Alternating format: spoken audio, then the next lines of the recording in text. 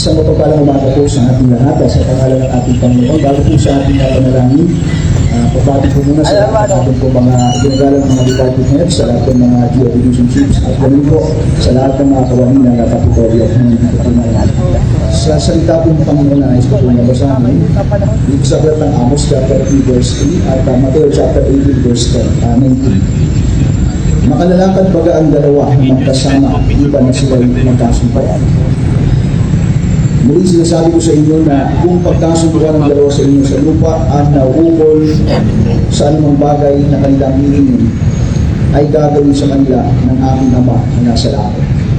So dito po sa dalawang talata ay pinapakita yung kalagahan po ng pagkakasundo, pagkakaisa, upang nang sa ganon magkaroon ng magandang resulta. At the same time, ang sabi po ng Panginoon, kung merong dalawa na pagkasunduan ng bagay na kanilang hihingin, dito sa lupa ay pagkakaloob sa langit. Although meron po mga tinatawag tayo mga pagkakaiba-iba, mga differences, pero hindi po ibig sabihin, hindi po magiging ganyan tayo po magkakaisa. Ibig po sabihin, meron po tayong kanya-kanyang function at tayo po ay nandito sa pagniling code ang dapat nating ilagay sa ating puso at isip. Yung ating po na common goal, common purpose, that is to serve the people. Kapag magkakaroon po tayo ng ganong kaisipan, magagampanan po natin ang wasit maayos yung ating pong paglilingkod. Ang mensahe po ng pagkakaisa at pagtutulungan sa seremonya po ito ng ating pong pagtataas na watawat, nagbibigay po ng halaga, nagbibigay po ng diin sa pambansang watawat na isang buhay na sagisag ng pagkakaisa, katapangan, pagbubuklod at pag-asa.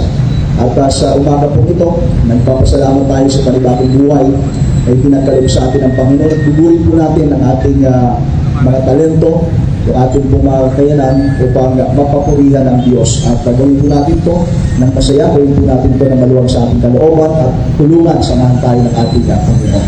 Tayo po manalangin. O Diyos na dakila at makapangyarihan sa lahat, kami po nagpupuri, nagpapasalamat una sa buhay at kalakasan na aming pong taglay. Pangalawa, Panginoon, sa pag-ingat mo na kami po ligtas na nakarating dito sa Kapitolyo. Humingi po kami ng tawad, O Diyos, sa aming pong mga nagawang pagkakamali, pagkakasala sa isip, sa salita o mga nagawa. Nais po namin, Panginoon, sa umagang ito, sa pagpapasimula ng gawain o sa pagpapasimula ng lahat ng aming pong mga kampanin sa buhay at sa Kapitolyo. Nais po namin na kami po, O Diyos, ay maging daluyan ng maayos at pagpapala sa aming pong kapwa. Hinihiling po namin, tulungan mo kami, samahan mo kami, bigyan mo kami ng karunungan, kaalaman at pagkaunawa upang sa ganon, may bigay po namin ng wasto at ng rapat na paglilingkod sa aming pong mga kababayan. Pagkaisahin mo po kami, O Diyos, isang layunin, that is to serve the people at mapapurihan ka sa lahat ng aming pong gagawin. Patuloy po namin sila tinataas ang lahat ng kawanin dito sa Kapitolyo. Ingatan mo po kami, O Diyos, at ilayo sa anumang pong kapamakan, anumang pong tukso, disgrasya o panganib sa po ng aming pong buong pamilya.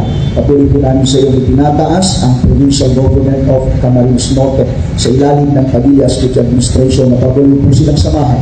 Bless our leaders, gabayan sila, Panginoon, upang sa ganon, sa kanilang panunungkulan, nandun, O Diyos, ang iyong pagsama, nandun po ang pagpapalat biyaya ay mananagana dito po sa lalawigan ng Camarines Norte. Maraming po salamat, O Diyos, sa iyo po namin ibinabalik ang lahat ng kapurihan, ang lahat ng karangalan at kami po patuloy na idinideklara ang masaganang pagpapalat biyaya sa buong lalawigan ng Camarines Norte. Sa pangalan ng Panginoong Kristo, ang lahat ay magsabi din.